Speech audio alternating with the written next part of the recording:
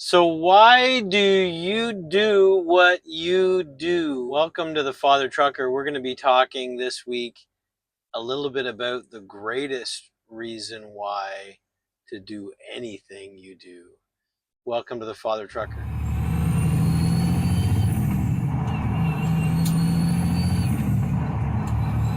Hey, welcome to the beginning of summer, depending on when you're seeing this video. Our calendars, when I'm recording this, are about to click over from May to June, and it's some nicer weather. In fact, I'm sitting in a truck stop right now with the windows closed, so it's nice and quiet, and it's getting hot in the truck in Big John the Western Star. So I will be brief, but listen, I just wanted to lean in a little bit to that question of why? Like, why do we do what we do? What's the point of it all? And you might say, well, you know what? You got to make money. You got to pay the bills. Got to look after the things that you got to look after. And that is all so very true. There are day-to-day things that we just have to manage.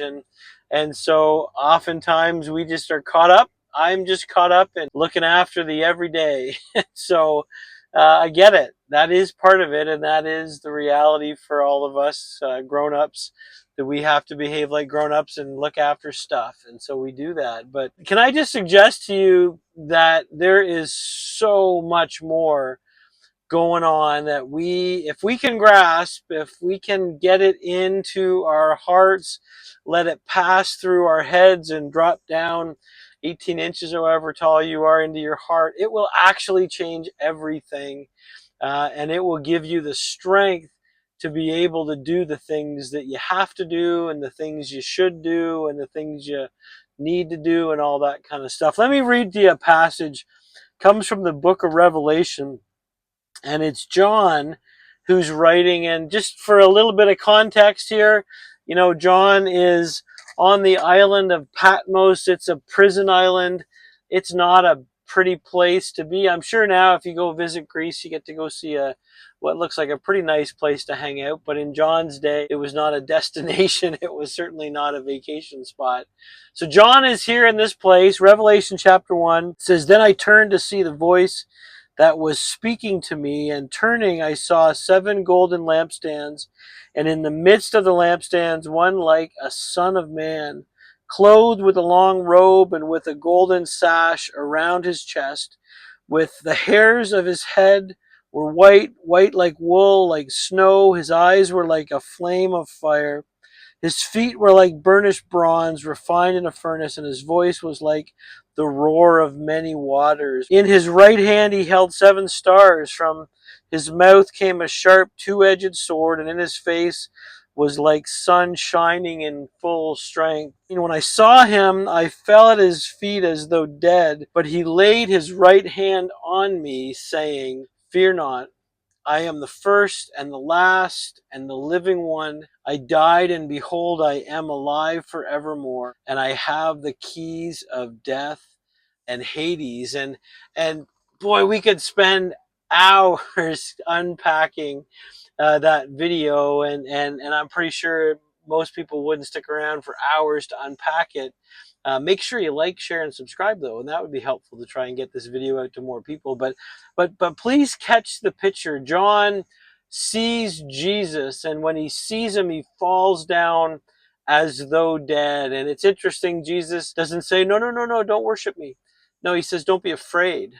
He says, "You know what? Yeah, you're right to worship me. You're right to be in awe of me." Remember, if you know the story, not that long before this takes place, Jesus is on the seashore with his disciples having a nice fish breakfast just before he ascends back to the Father's right hand. And so now John sees Jesus in his full glory. And if you want to read another passage, skip on over to Isaiah chapter 6, and you can see another picture that Isaiah paints of the glory of God. And in fact, it's Jesus who is there sitting on the throne, and the angels are worshiping him. So it's right to worship him. It's right to be in awe of him. Here's the point. I'm just listening to an audio book right now on Spotify by A.W. Tozer, and it's all about worship. And that's literally the whole point of the book. Is Tozer saying it is all about worship. Everything exists in order that God would be praised, that God would be worshiped.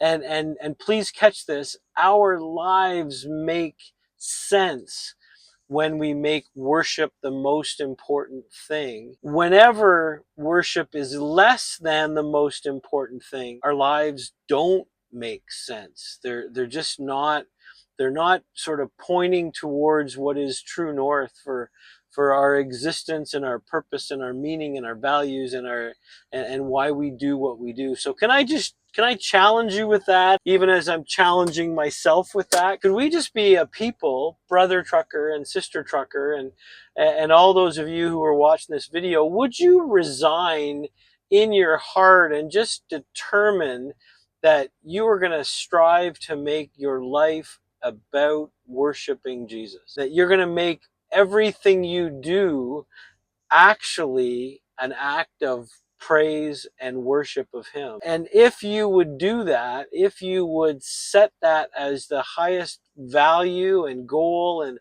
priority in your life, everything else will make more sense. Doesn't mean it's going to be easy. It doesn't mean that we're not going to have days that are really, really hard. It doesn't mean that we're not going to struggle and fail and fall short and it's true for me and it's true for you. There are days where we blow it, and boy, I'm guilty as charged of that more often than I'd like to admit to, but I do admit to it. But if Jesus would sit on the throne of our lives, then everything else will line up behind that, and it at the very least becomes doable, because our first things and main things are the main things. And so I'm just praying for you out there. If you're watching this video, I'm hoping you're a trucker, and I'm hoping that you are a Christian trucker, and you've designed and decided and committed that your life will be all about serving Him and making much of Jesus, and then telling other people about Jesus. Can I end with a story here? A little story time on the Father Trucker. I was sitting at a fuel dock not long ago, and as I was at that fuel dock, a gentleman in a truck next to me came over with his phone in his hand and this big excited look on his face. And as he walked up to me, he said, "John 3:16. That's in the Bible." And I said, "Yeah, it is." And he had actually just been looking at the front bumper on Big John, the Mighty Western Star here. And I've got a John 3:16 license plate that's on the front of the truck. And he Googled it. Didn't know what it was. He Googled it and he came back and he said, "That's the Bible." And I said, "Yeah, it is the Bible, man." And it's an awesome verse in the Bible, and it's an awesome chapter in the Bible, and it's an amazing book in the Bible. And he said, what is this 3:16? What does that actually mean?" I said, "Well, it's chapter and verse, and that's the way the Bible's set up." And I just encouraged him. I said, "Would you, go and read the whole thing? Like, now that you found John, go and read it and see what it says." And he let me just land this plane right now, or park this truck, maybe is the better analogy. But the whole point of John's gospel is that we would see clearly who Jesus is, that we would get the signs, the miracles that he did to point to his identity, and that he is the Son of Man, he's the Son of God, he is God in the flesh, and he is, we talked about this last week, he's fully man and fully God. And he really does exist to make intercession for us. That's the purpose of his days now, as he intercedes for us, even as he's being worshiped.